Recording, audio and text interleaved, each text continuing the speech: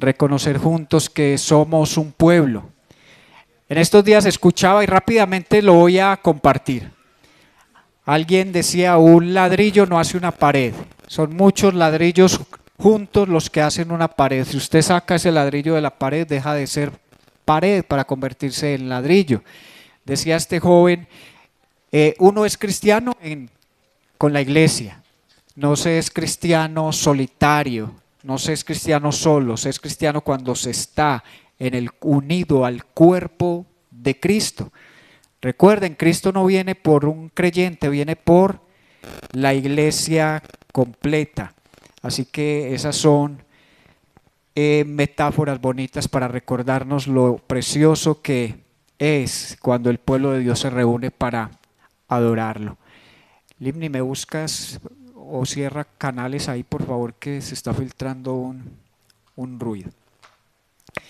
Bueno, hermanos, nuevamente recordar que estamos animando a los rebaños. Hay un rebaño que apenas comienza sobre el libro de Efesios los jueves a las 10 de la mañana. Si a usted le interesaría asistir a este estudio, puede hablar conmigo, por favor, o con mi esposa. También vamos a iniciar uno sobre soteriología. ¿Sí saben qué es soteriología? Son términos que usan los teólogos para descrestar. Soteriología es salvación.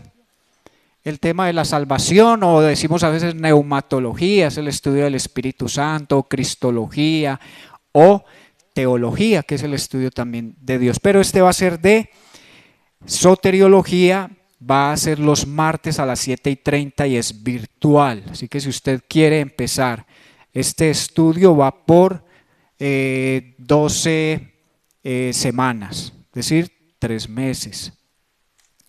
Y pues es el lugar donde podemos compartir y crecer juntos en nuestra vida espiritual. Hace una semana les decía que es un rebaño, es ser iglesia en semana, donde encontraremos que enseñanza bíblica, testimonios, oración, hospitalidad por parte de los anfitriones y donde compartimos también un refrigerio, que eso es lo que es la iglesia o hace la iglesia o cómo es la forma de compartir como creyentes. No es solo los domingos, donde cantamos, saludamos, escuchamos y nos vamos, no, es en semana donde realmente Dios puede tratar con nuestros corazones que están tan necesitados, nos necesitamos unos a otros. Les he hablado de que los dones no es solo sanar o profetizar o enseñar, los dones son los que Dios da para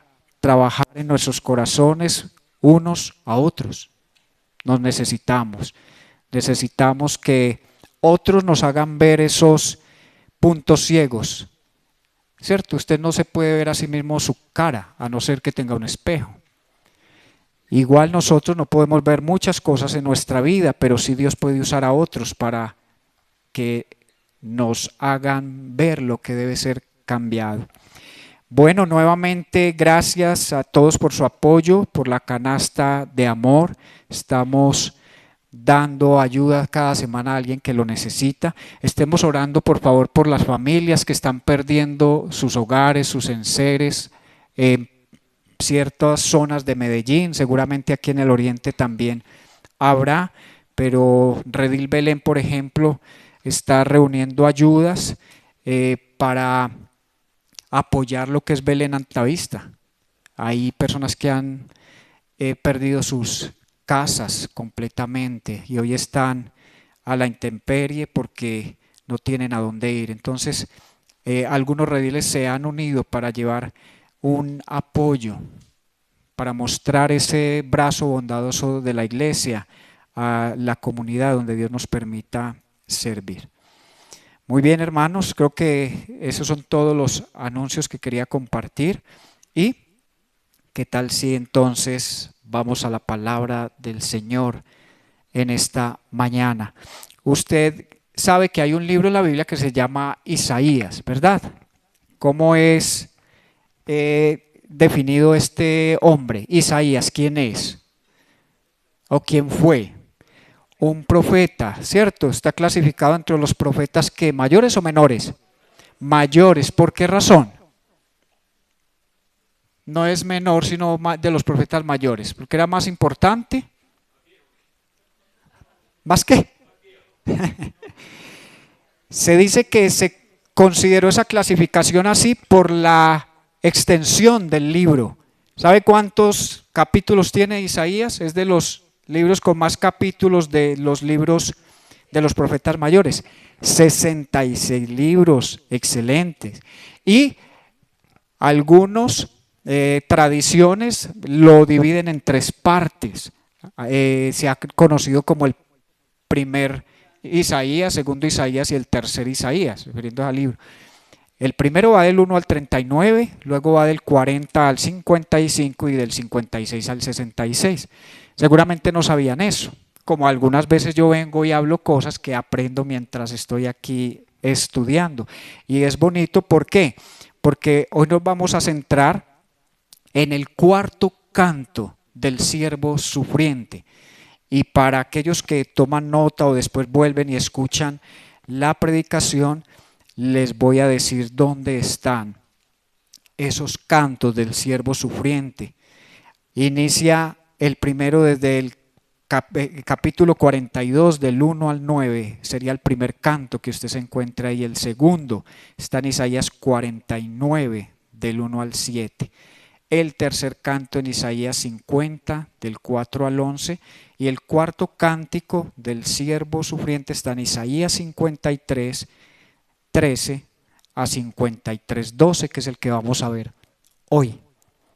O sea que nos vamos a centrar en el cuarto cántico del siervo de Jehová o el siervo de Yahvé o de Dios, según la versión que usted maneje. Hay mucho debate en cuanto a este texto, este pasaje de la Biblia, por eso llama tanto la atención. ¿Por qué es el debate? ¿O por qué es la dificultad a veces de adentrarse a este texto? Lo dicen algunos eruditos, es por la dificultad de la interpretación en cuanto a quién es el siervo del Señor. Porque Isaías, cuando va escribiendo el libro, menciona a muchos como siervos del Señor. Se menciona a sí mismo como siervo del Señor. Menciona a David, menciona a Eliakim, menciona a Ciro, menciona a Israel. Entonces no es fácil cuando uno se adentra ahí decir quién es el siervo de Jehová. Hasta el siglo XII los judíos consideraron que ese término siervo aplicaba al Mesías. De ahí hasta ahora los judíos lo aplican a ellos como nación, es decir, a Israel. Y ese es el punto de disputa o de cuestionamiento, por llamarlo de alguna manera, y es que para los cristianos, si los judíos entendieran este pasaje, se convertirían a Cristo. Pero los judíos dicen o afirman que si los cristianos volviéramos a analizar este pasaje y Dios lo revelara, nos convertiríamos al judaísmo. Entonces ya se imagina por qué es lo complejo de ese pasaje. Así que vamos por favor a la lectura de escúchelo muy bien porque es tan precioso y no me voy a enfocar en cada uno de ellos porque esto llevaría horas. Es cómo Dios habla de ese siervo que es exaltado, que es puesto en un lugar de honor, pero que después es despreciado y humillado. Se ve ahí a ese siervo llevando a cabo su papel de rey, sacerdote y profeta. Se habla de la encarnación, de la preexistencia de ese siervo. Entonces, por eso vamos a ir leyéndolo con mucho detalle. Dice la palabra del Señor, oigan esto. Estoy tapando aquí, ¿será que me muevo? Oigan esto, mi siervo prosperará, será enaltecido, levantado y en gran manera exaltado. De la manera que muchos se asombraron de ti, pueblo mío, así fue desfigurada su apariencia más que la de cualquier hombre, y su aspecto más que el de los hijos de los hombres. Ciertamente él asombrará a muchas naciones. Los reyes cerrarán la boca ante él, porque lo que no les habían contado verán, y lo que no habían oído entenderán. ¿Quién ha creído a nuestro mensaje? ¿A quién se ha revelado el brazo del Señor? Creció delante de él como renuevo tierno, como raíz de tierra seca. No tiene aspecto hermoso ni majestad para que lo miremos, ni apariencia para que lo deseemos. Fue despreciado y desechado de los hombres, varón de dolores y experimentado en aflicción. Y como uno de quien los hombres esconden el rostro, fue despreciado y no lo estimamos. Ciertamente, él llevó nuestras enfermedades y cargó nuestros dolores. Con todo, nosotros le tuvimos por azotado, por herido de Dios y afligido. Pero él fue herido por nuestras transgresiones, molido por nuestras iniquidades. El castigo por nuestra paz cayó sobre él, y por sus heridas hemos sido sanados. Todos nosotros nos descarriamos como ovejas, nos apartamos cada cual por su camino, pero el Señor hizo que cayera sobre él la iniquidad de todos nosotros. Fue oprimido y afligido, pero no abrió su boca. Como cordero que es llevado al matadero, y como oveja que ante sus trasquiladores permanece muda, él no abrió su boca. Por opresión y juicio fue quitado. Y en cuanto a su generación, ¿quién tuvo en cuenta que él fuera cortado de la tierra de los vivientes por la transgresión de mi pueblo, a quien correspondía la herida? Se dispuso con los impíos su sepultura, pero con el rico fue en su muerte. Y aunque no había hecho violencia ni había engaño en su boca, pero quiso el Señor quebrantarlo, sometiéndolo a padecimiento, cuando él se entregue a sí mismo como ofrenda de expiación. Verá a su descendencia, prolongará sus días, y la voluntad del Señor en su mano prosperará. Debido a la angustia de su alma, él lo verá y quedará satisfecho. Por su conocimiento, el justo mi siervo justificará a muchos y cargará las iniquidades de ellos.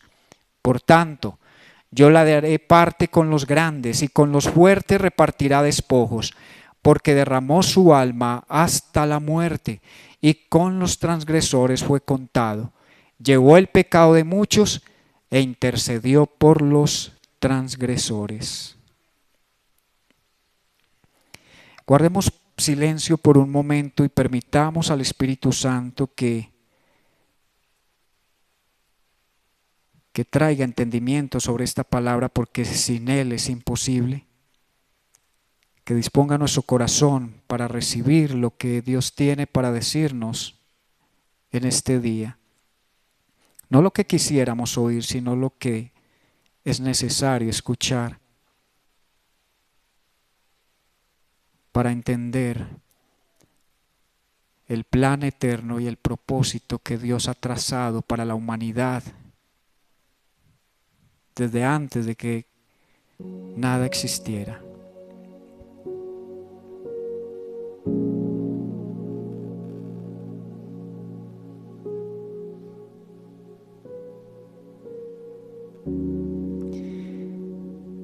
Señor, gracias por tu palabra. Gracias por traerla esta mañana a nosotros. Señor, que podamos apreciarla, valorarla, que aprendamos a amarla y a reconocer la necesidad que tenemos de ella, Señor, para que nuestra vida siga siendo santificada, oh Dios, limpiada a través del poder que ella tiene como espada de doble filo, como martillo, como agua, como fuego.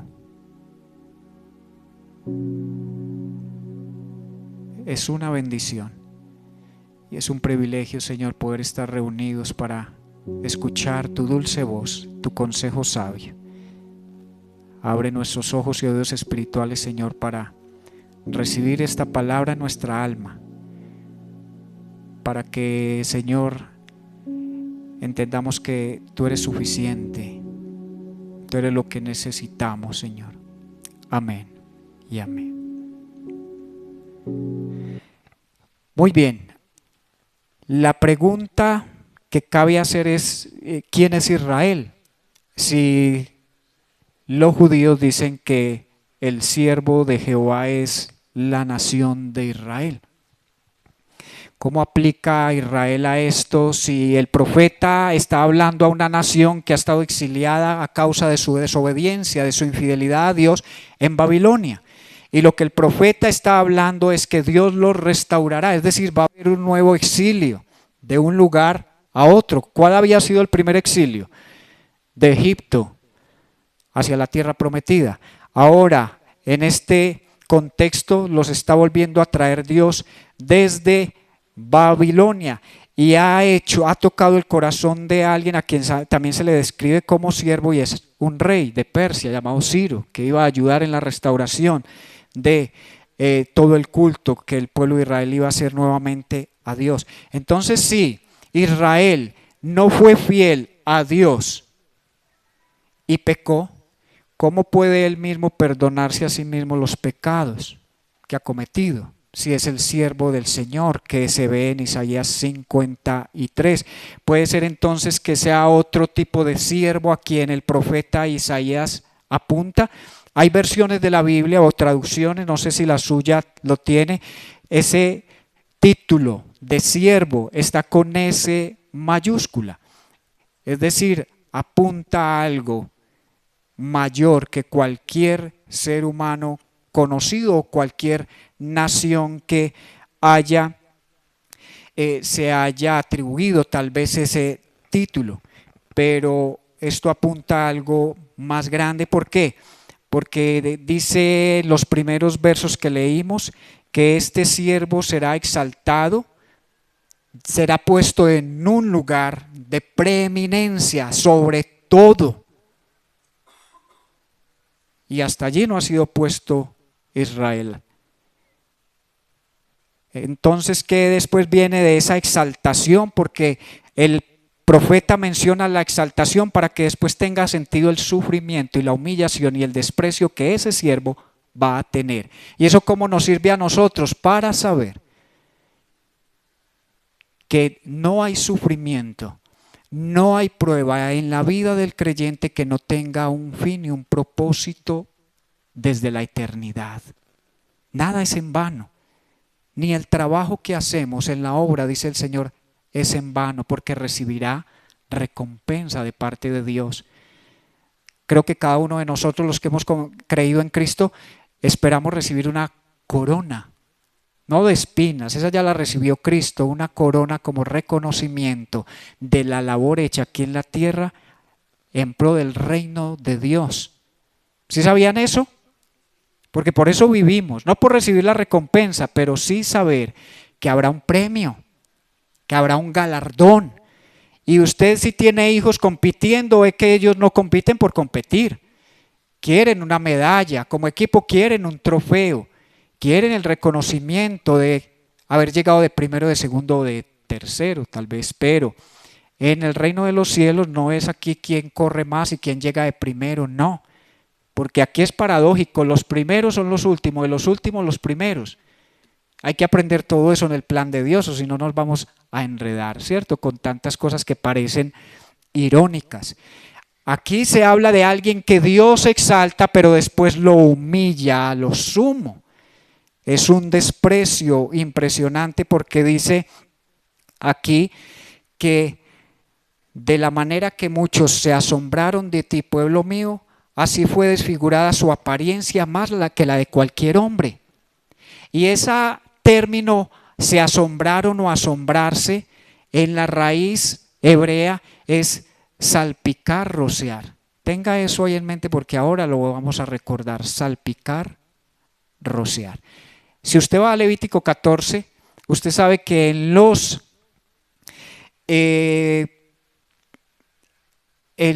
se me fue la palabra, cuando se hacían sacrificios, había una víctima en la cual se cargaba todo el pecado, que era un cordero, el cual se degollaba, y esa sangre con un hisopo, el el, el sacerdote, el sumo sacerdote, entraba con él pasaba por el lugar santo hasta el lugar santísimo, y allí había un arca del pacto con una tapa que se llamaba la propiciación, y sobre ella se rociaba sangre.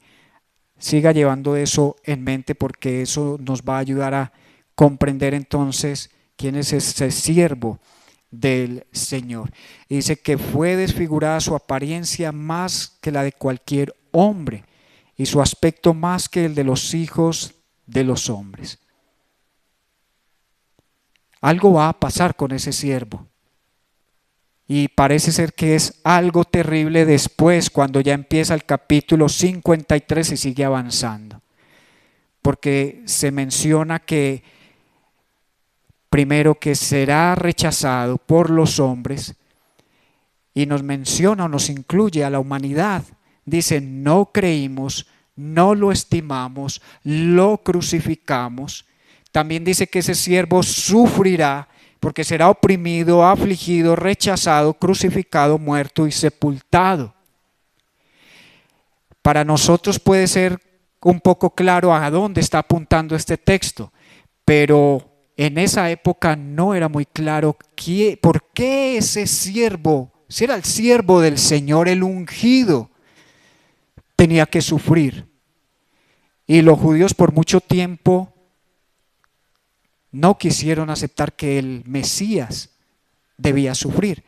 Es decir, como se apropiaron de eso, es que Israel no debía sufrir, que Israel debía ser exaltado sobre todas las naciones, y es lo que ellos esperan, que viene un momento donde Dios los pondrá por encima de todo al reconstruir un templo. Pero yo me pregunto, ¿para qué se va a reconstruir un templo si ya alguien dijo que Él era el templo?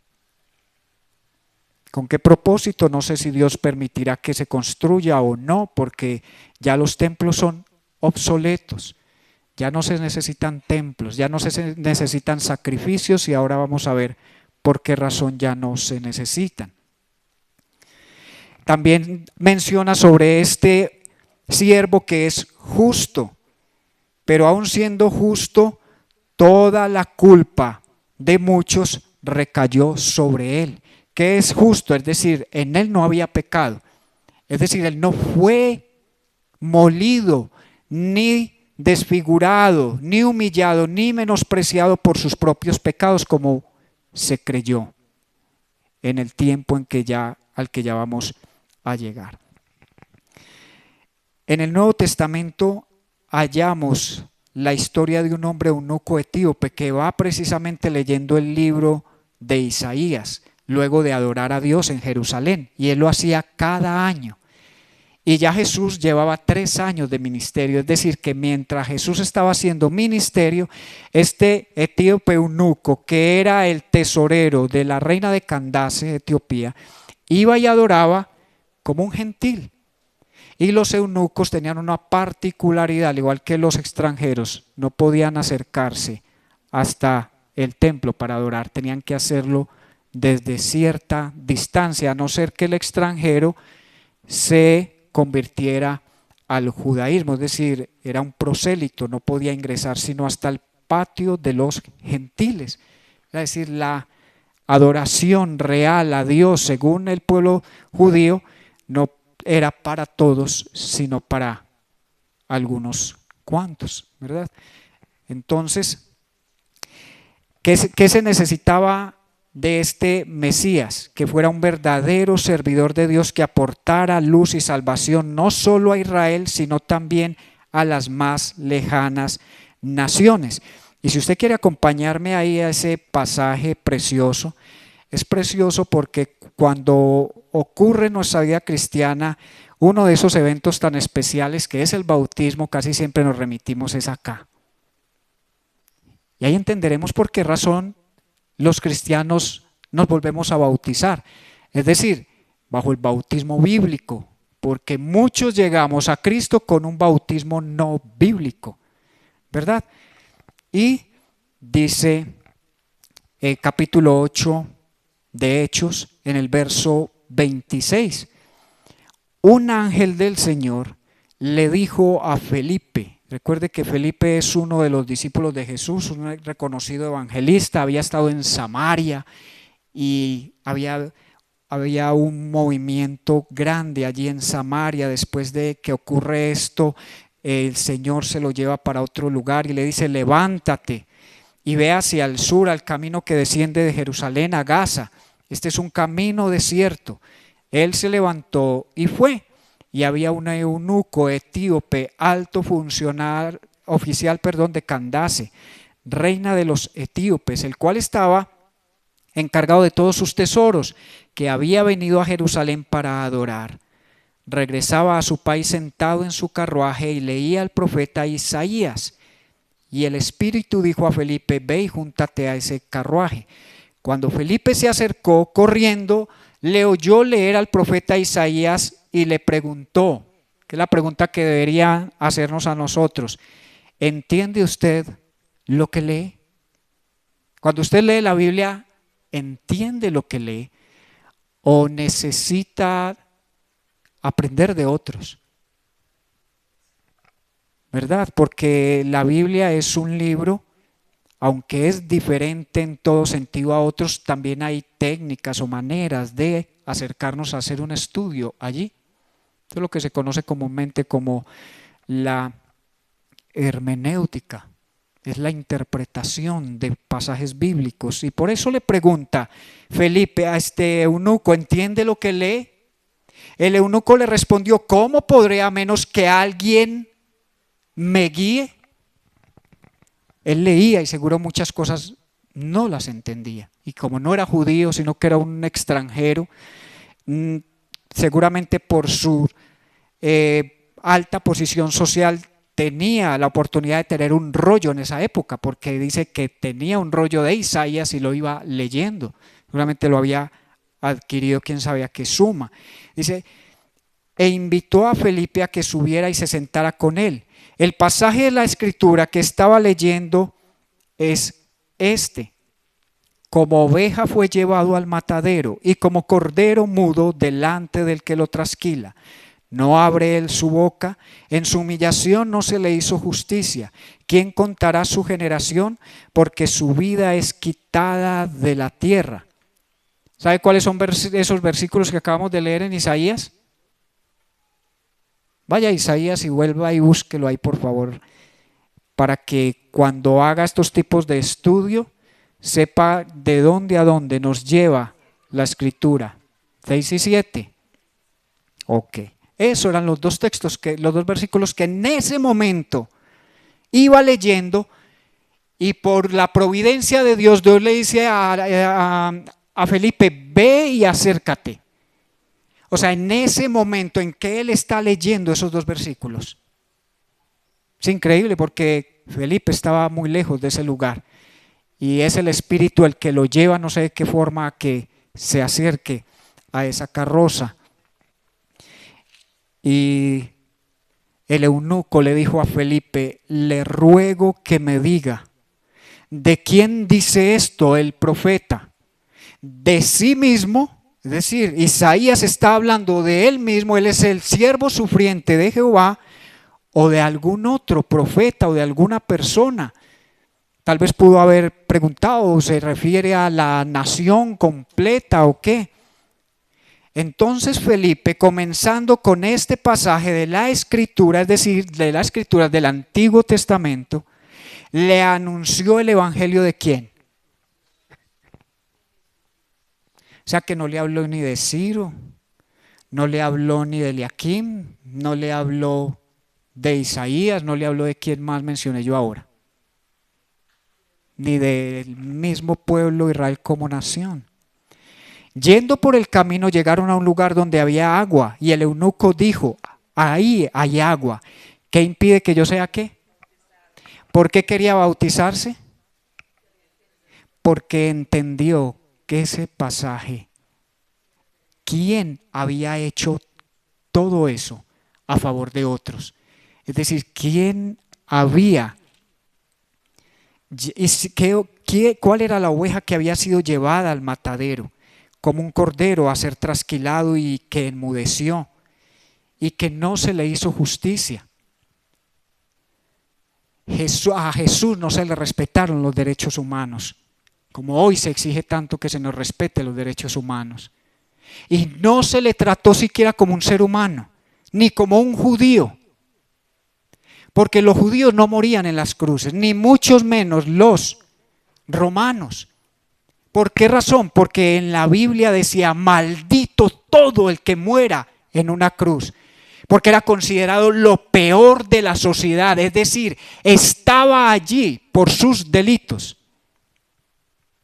Y si usted piensa en Jesús y con todos los que tuvo contacto, Anás, Caifás, Pilatos, Herodes, Barrabás, Judas, debieron haber estado colgados en esa cruz también. Incluso nosotros mismos debimos haber sufrido en lugar de él, no él, porque era justo, santo, sin pecado, porque nadie halló pecado en Jesús. Y por eso debía ser el siervo sufriente, por eso debía representarnos, porque sobre él fue cargado el pecado de la humanidad.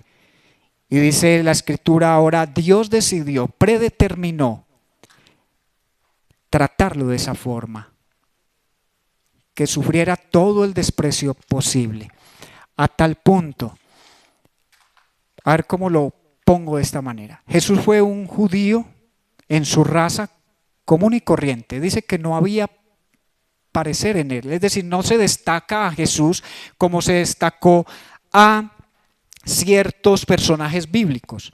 Ahorita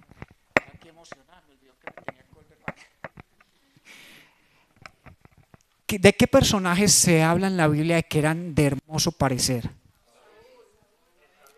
¿Cierto? Tenemos eso fresco porque estábamos predicando Samuel, Saúl, Absalón, David, pero de Jesús no se dice que era hermoso, porque esperaba a Dios que no fuera atractivo de esa forma, que todo lo que Jesús representaba fuera algo anti de lo que la gente generalmente aprecia. Hoy, ¿por qué Jesús es rechazado? Porque Jesús no encaja con los estándares de ahora, de belleza, de flama, de glamour, ¿cierto? Aún la religión la hemos querido volver algo hermoso. Y dice que Jesús sufrió tantos golpes que fue desfigurado su rostro y que se hinchó de tal manera que dicen no parecía humano. Y Jesús resucitó. Me estoy anticipando por otra cosa, por otra razón. Pero Hollywood, ¿qué nos ha mostrado? Un Jesús con un perfil europeo o norteamericano de ojos azules que se levanta de la tumba y que lo único que tiene son unos hoyuelos en sus manos, en su costado y en sus pies. Pero no se nos dice por qué los discípulos, al ver a Jesús resucitado, no pudieron reconocerlo. Algunos decían, es el Señor, pero no se atrevían a decirlo. ¿Será que seguía desfigurado? Todavía tenía los hematomas porque resucitó 3 días después. Esto es una especulación mía. Ahora no le voy a decir que nos vamos, no vaya a creer que nos vamos, que yo estoy diciendo que nos vamos a encontrar con un Jesús desfigurado. Lo que sí estoy diciendo es que Él fue maltratado más que cualquier ser humano. Cuando algo ocurre a un ser humano, algo violento, eso produce en nosotros algo como nos afecta en la conciencia de que se haga algo con un ser humano de esa forma, ¿verdad? Pero no genera solo compasión, eso no nos transforma ni nos cambia. Por eso no solo debemos decir que Cristo murió, porque quedaría como cualquiera, como Napoleón, como Simón Bolívar, que murieron y ya, sino que murió por nuestros pecados, por nuestras iniquidades, por nuestra desobediencia, porque fuimos nosotros los que nos descarriamos, no Él. Y ya lo hemos dicho varias veces, cuando uno dice es que yo busqué a Cristo, no, Él no estaba perdido. Él no necesitaba ser encontrado, los que necesitamos ser encontrados éramos nosotros, y por eso Él nos buscó. ¿Verdad? ¿Vamos bien hasta ahí? Entonces pasajes como este del etíope eunuco y muchos más, porque este texto que ahora que estamos mencionando es utilizado por muchos de los escritores bíblicos para sostener que el siervo sufriente de Dios no es la nación de Israel, sino Jesucristo, el verdadero Israel. Hay algo que en este estudio hacía en la similitud del primer Éxodo. Dios llama a un hombre José y lo lleva a Egipto. Y después llega su padre a Egipto, que se llamaba ¿cómo? O Israel, que fue llamado después Israel. Y de allí los saca un Éxodo. Recuerde que Jesús tuvo un papá adoptivo que se llamó ¿cómo? ¿Y quién trató de matarlo? Herodes. Y este José se va ¿a dónde? A Egipto, para que en Jesús se cumpla la promesa de que de Egipto llamé a mi hijo. Entonces aquí no se está hablando de la nación como tal de Israel, sino del el Israel espiritual que sí obedeció, que se mantuvo fiel a Dios, que cumplió con toda la voluntad de Dios, que es Cristo. Y a través de Cristo, Dios nos ha convertido en hijos adoptivos, la iglesia.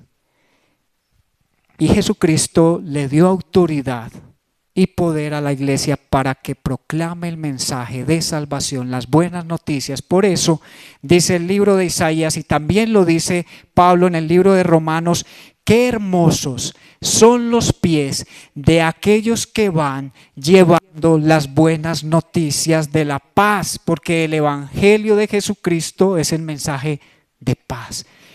¿Por qué el mensaje de paz? Porque es el mensaje que nos anuncia que a través de Cristo podemos reconciliarnos con Dios y romper y darle punto final a esa enemistad que teníamos con Él a causa del pecado. Quien no ha venido a Cristo sigue en sus pecados, es un enemigo acérrimo de Dios. Así diga, no, yo no. Yo no me consideraba un enemigo de Dios hasta que por la Escritura me fue revelado que yo merecía condenación, no gracia ni misericordia, sino condenación, porque yo estaba representado por aquellos que crucificaron a Cristo. Y ese es el asesinato, ese es el acto más horrendo que se ha llevado a cabo en la historia de la humanidad. ¿Por qué? Porque se trataba del Hijo de Dios. ¿Usted por qué cree que Dios usó a Pedro para decirles, ustedes mataron al dador de la vida? ¿Cómo sería de impactante el mensaje de Pedro que dice que 3,000 personas que habían ahí preguntaron qué hemos de hacer? Si somos culpables delante de Dios, ¿usted se imagina uno echarse de enemigo a Dios? Y éramos enemigos de Dios. Y preguntan qué hemos de hacer y dice, arrepiéntense y confiesen sus pecados y bautícense en el nombre de Jesucristo. Y eso fue, ¿cómo verían esos bautismos? Primero 3,000 y después 5,000.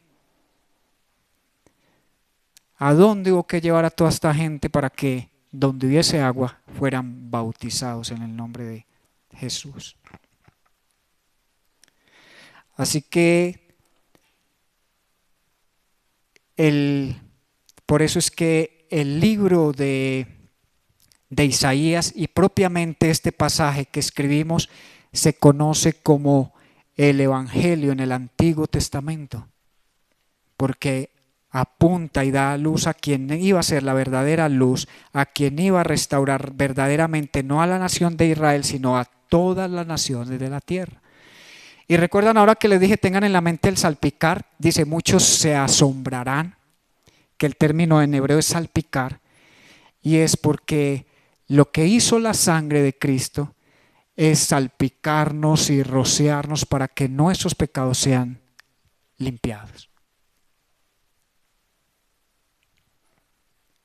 Nadie puede llegar ante la presencia de Dios al morir si sus pecados no han sido rociados por la sangre del Cordero de Dios, que ese fue el que anuncia Isaías en los primeros capítulos.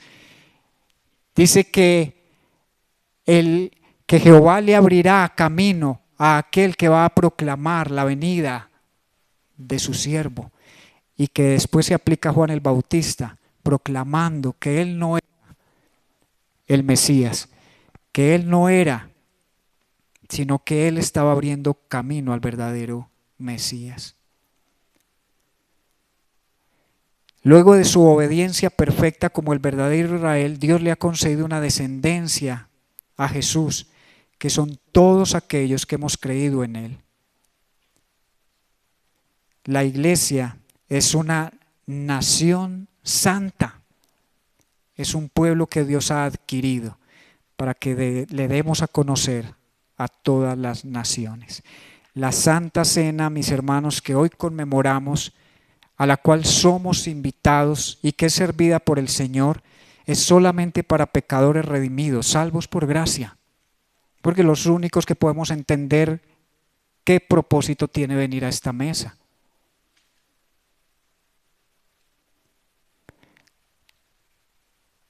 Los elementos como el pan y el vino son representación del sacrificio que fue llevado a cabo por todo el que ha creído y aceptado que Jesús es el Cristo y que solo en Él hay perdón de pecados y que solo en Él hay salvación.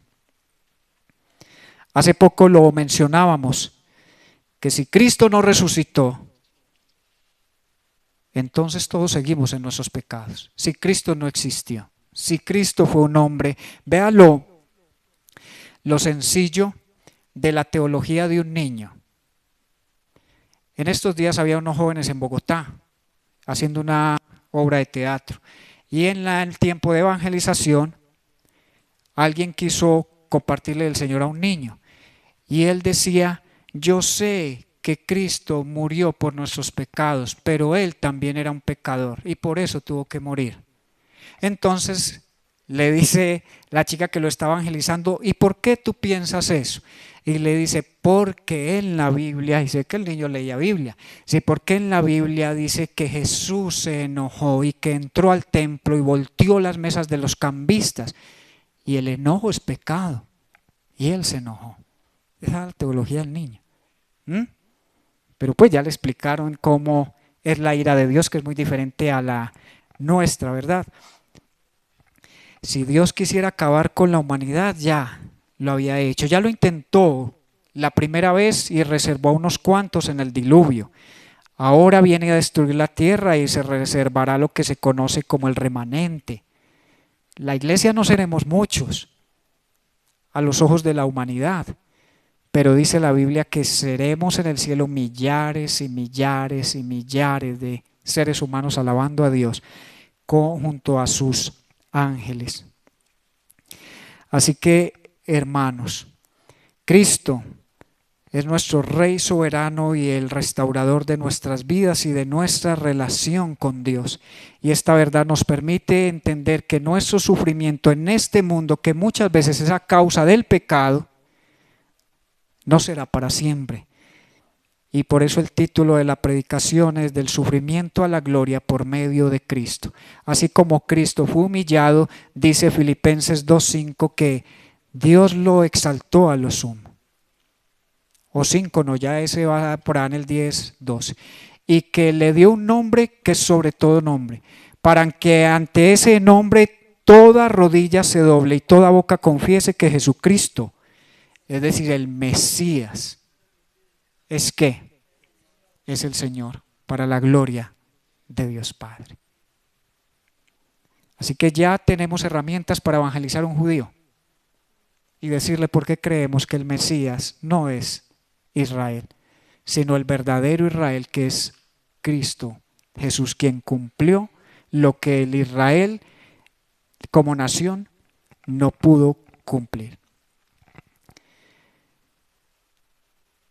Vamos a cerrar un momento nuestros ojos y a pensar en lo que hemos escuchado para, con entendimiento, volver a cantar en lo que consiste ese glorioso intercambio, cómo Cristo ha sido un sustituto, cómo Cristo fue puesto en nuestro lugar para que nosotros no recibamos la ira de Dios, la condenación eterna, sino al contrario, recibamos los beneficios de la obra expiatoria de Cristo en la cruz del Calvario.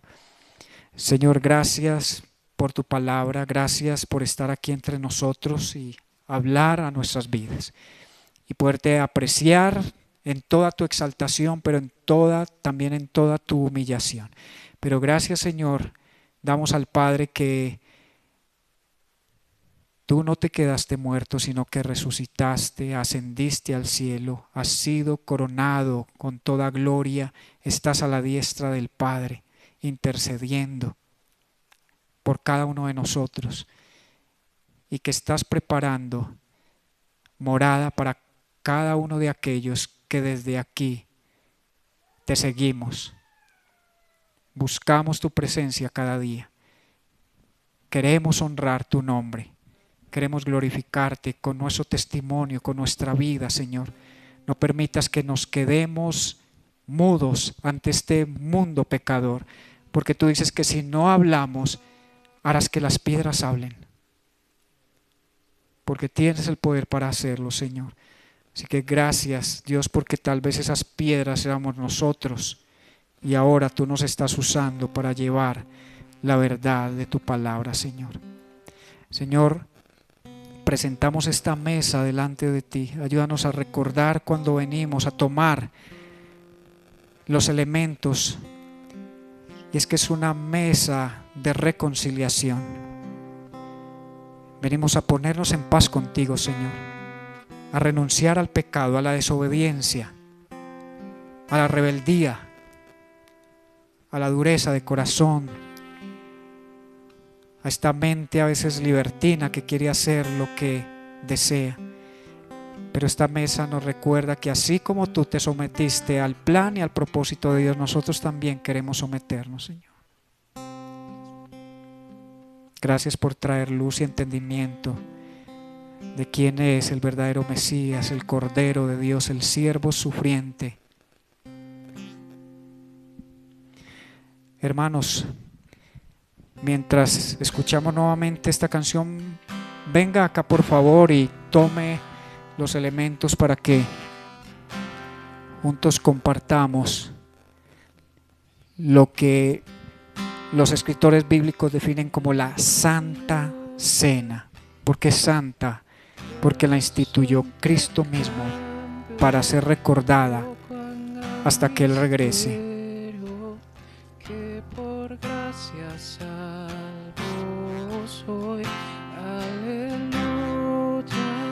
Gloria sea Cristo por su sacrificio, declarado justo soy. Aleluya, glorioso intercambio, oh cuán gran misterio, que por gracia salvo soy. Aleluya, gloria sea a Cristo por su sacrificio, declarado justo soy en Él.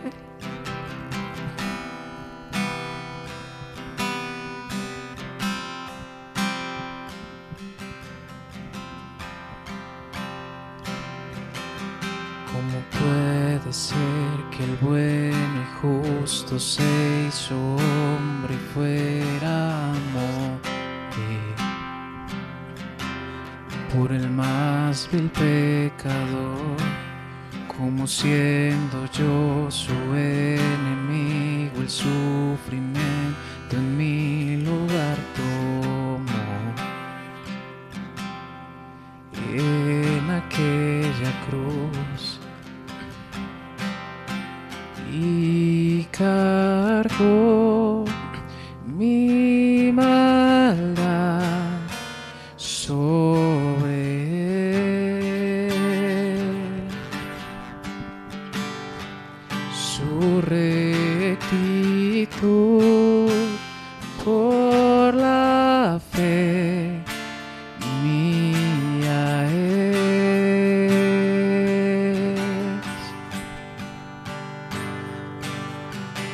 Aleluya, glorioso intercambio, oh cuán gran misterio, que por gracia salvo soy.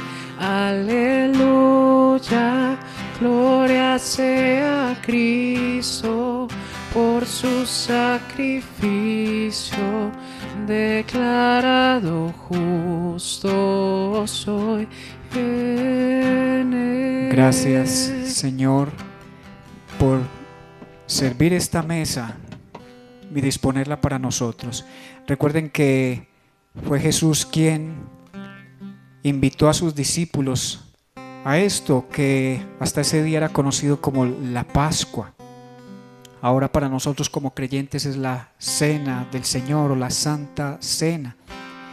Y allí había un hombre que le negó, otro que le vendió, lo engañó o lo traicionó por 30 monedas de plata. Y hubo una conversación allí que no podemos pasar por alto. Dice Jesús: en verdad les digo que uno de ustedes me entregará. Todos empezaron a preguntar: ¿acaso soy yo, Señor? Jesús responde: el que metió la mano al mismo tiempo que yo en el plato, ese me entregará. El Hijo del Hombre se va según está escrito de él, pero ay de aquel hombre por quien el Hijo del Hombre es entregado. Mejor le fuera a ese hombre no haber nacido. ¿A qué voy con esto? Que a veces embellecemos, hacemos algo muy superficial de los sacramentos como son el bautismo y la Santa Cena, y tenemos que ser conscientes de que las cosas de Dios son para tomarlas en serio.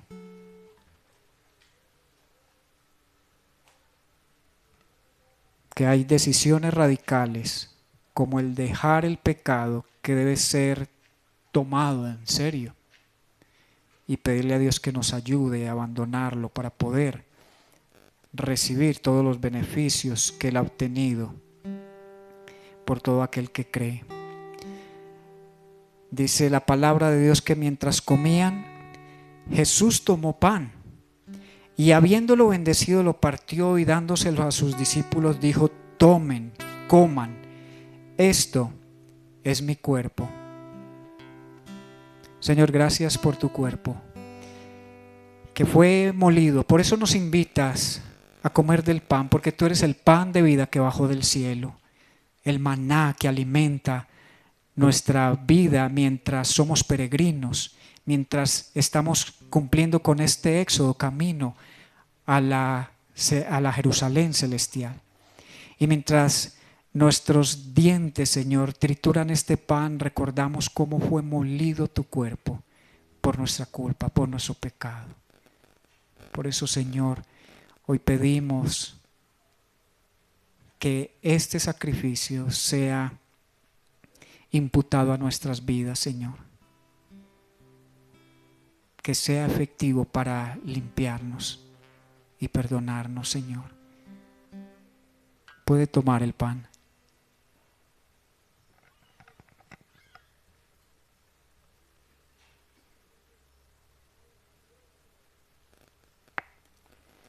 Y tomando una copa y habiendo dado gracias, se la dio diciendo: beban todos de ella, porque esto es mi sangre del nuevo pacto, que es derramada por muchos para el perdón de los pecados.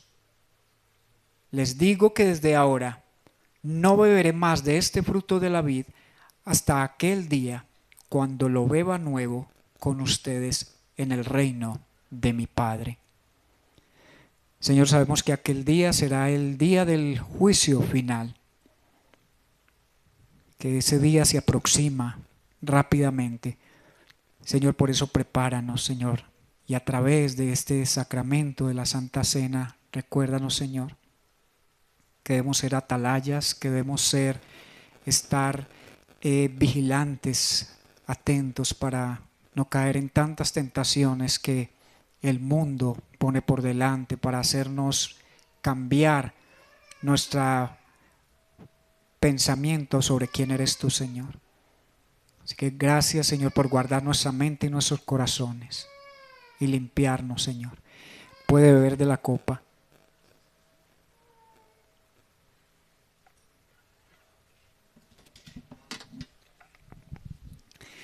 Así que gracias, Señor, por tu sacrificio incruento. Gracias, Señor, porque vives y reinas como el Rey de Reyes y el Señor de Señores.